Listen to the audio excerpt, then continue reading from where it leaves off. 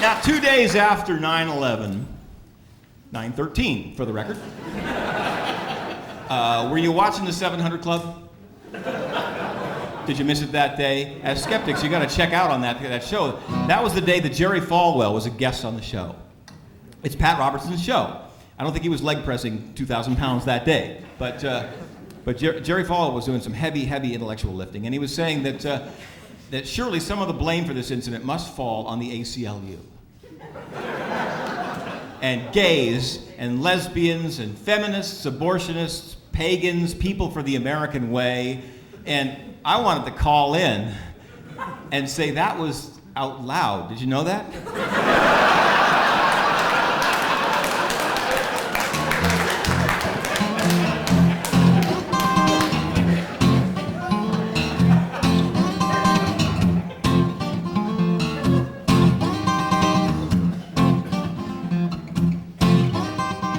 Jerry Falwell's God was standing by the elevator while we were talking about the party, so we had to invite him.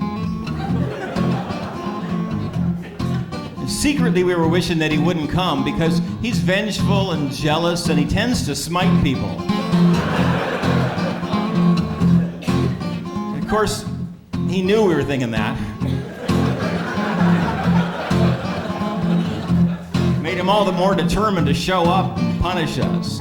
I wanted to invite my God, but he was at the beach. Jerry Falwell's God is everywhere. The robe and the beard down to here and the gossamer wings and the button that says, "What would Jesus do?"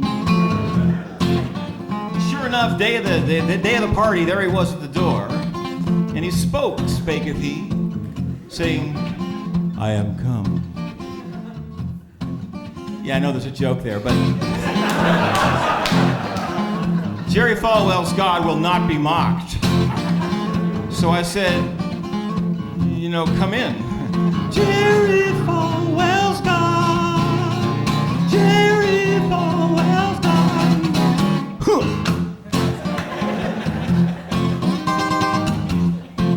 Now, I'm no heavenly host, but I throw a decent party. And there were all kind of people there, black, white, Swedish, Norwegian, the entire human spectrum. And right away, Jerry Falwell's God found the two people who would listen to him and began speaking in a voice so loud that a guy from the bowling alley came over and asked us would we keep it down. And he turned the loaves to fishes. And the Oreos to Hydrox. And he made the lame to walk. And, these were my friends, so they were still lame, but they could walk.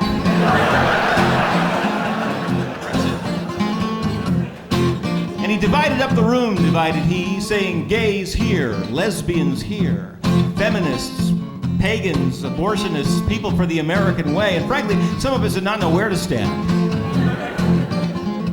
I went with the lesbians.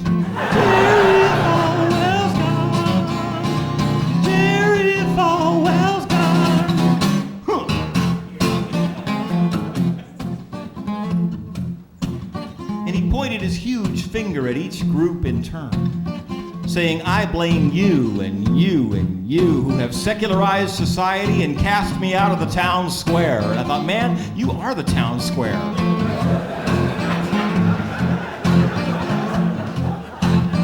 And he said, lo, the end days are here and the judgment is nigh, where I will draw the faithful to heaven and leave the unrepentant to walk a desolate earth. I know, strict. And he began to rain toads and spit fire, and he brought forth 7 bowls and 7 plagues. And finally I just said, listen, I'll tell you one thing Jesus would not do. Jesus would not wreck a guy's party.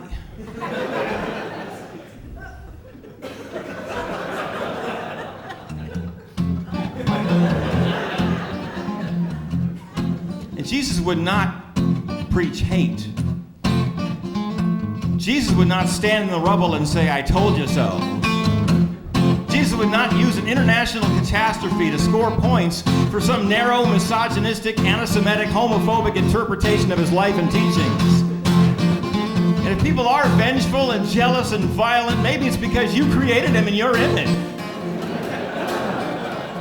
And if people have cast you out of the town square, maybe it's because you're a finger-pointing, moralizing, rageaholic stone drag who gives deities a bad name.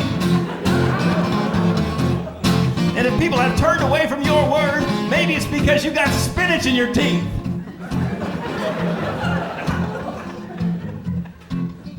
And he smote me